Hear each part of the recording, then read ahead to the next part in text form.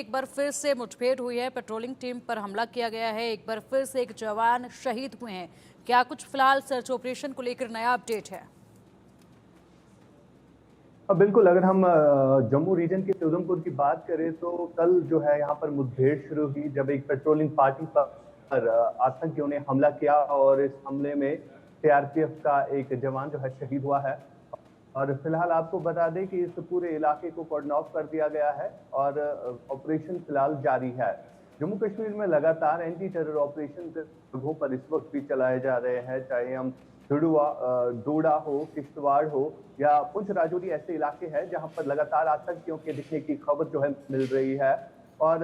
लगातार इन आतंकियों पर प्रहार करने के लिए सुरक्षा बलों की तरफ से सर्च ऑपरेशन चलाए जा रहे हैं। बीते कई महीनों से हम देख रहे हैं लगातार जम्मू के इलाकों में डिस्टर्बेंस फैलाने की कोशिश की जा रही है, सुरक्षा बलों के जवानों पर हमला किया जा रहा है। यानी एक नई स्ट्रेटेजी आतंकियों की तरफ से बनाई गई है कि किस तरह से जम्मू के इलाकों को हिट किया जाए, यानी यहीं पर जो है डिस्टर्बेंस फैलाने की लगातार कोशिश की जा रही है। हालांकि कश्मीर की अगर हम ओवरऑल बात करें तो कश्मीर में फिलहाल शांति है, लेकिन कहीं ना कहीं जम्मू के इलाकों में लगातार आतंकी घटनाएं हम बीते कई महीनों से देख रहे हैं। इधर दूसरी जानिब 18 सितंबर से जम्मू कश्मीर में विधानसभा के इलेक्शन भी होने जा रहे हैं, जिसको लेकर पाकिस्तान में कहीं ना कहीं बौखलाहट है और यही उसका आउटकम है जिसको लेकर लगातार इस तरह की कार्रवाइयां की जा रही है। फिलहाल आपको मैं बताना चाहूंगा कि लगातार जम्मू कश्मीर के सीमावर्ती इलाकों से घुसपैठ की कोशिशें हो रही है और बीते महीने भी हमने देखा जब कुपवारा के केरन लोला मस्जिद सेक्टर से इन आतंकियों की तरफ से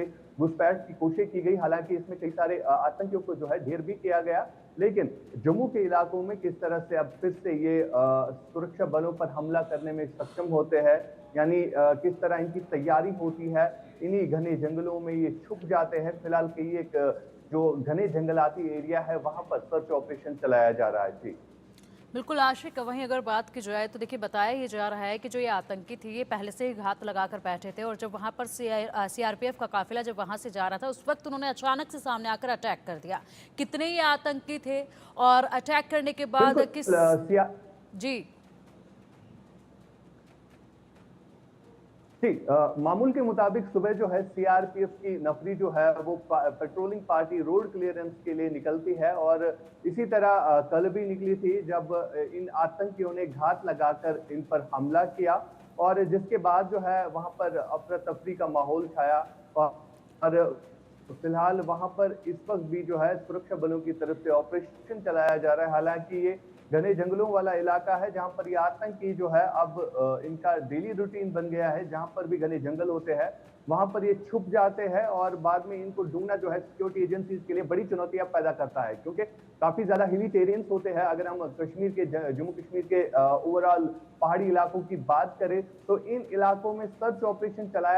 चलाना काफी चुनौतियां ले आता है, क्योंकि एक तो मौसम की खराबी, लगातार बारिशें हो रही है जम्मू कश्मीर में और इन सब के बीच हिली टेरियंस पर चढ़ना और बाद में इन आतंकियों को ढूंढना, जिन आतंकियों ने पहाड़ों के ऊपर जो है बेस बनाई होती है। और जब किश्तवाड़ में ऑपरेशन चलाया गया था तो वहां पर यह कहा गया था कि 10,000 फीट ऊंचे पहाड़ी पर ये जो आतंकी है इन्होंने वहां पर डेरा जमाया हुआ है। और कहीं ना कहीं हम ये भी कह सकते हैं कि लोकल सपोर्ट के बिना ये चीजें मुमकिन नहीं होती है, जिसको लेकर लगातार जो है कई सारे ओजीडब्ल्यू को भी गिरफ्तार किया गया है, लेकिन और इस पर सख्ती करने की जरूरत है। ठीक बिल्कुल आशिक, वही अगर बात की जाए तो देखिए जिस जगह पर ये हमला किया गया है सीआरपीएफ टीम पर, उससे ठीक 8 किलोमीटर पहले चौकी थी और उस चौकी को जो है स्थापित इसलिए किया गया था, आतंकवादी विरोधी ये कदम उठाया गया था। उस चौकी को स्थापित करने का मेन लक्ष्य ही इस आतंकवाद के खात्मे का था, क्योंकि वहां पर सबसे अधिक गतिविधियां देखी जा रही थी, इसलिए उस चौकी का स्थापना वहां पर की गई थी और उससे ठीक 8 किलोमीटर दूरी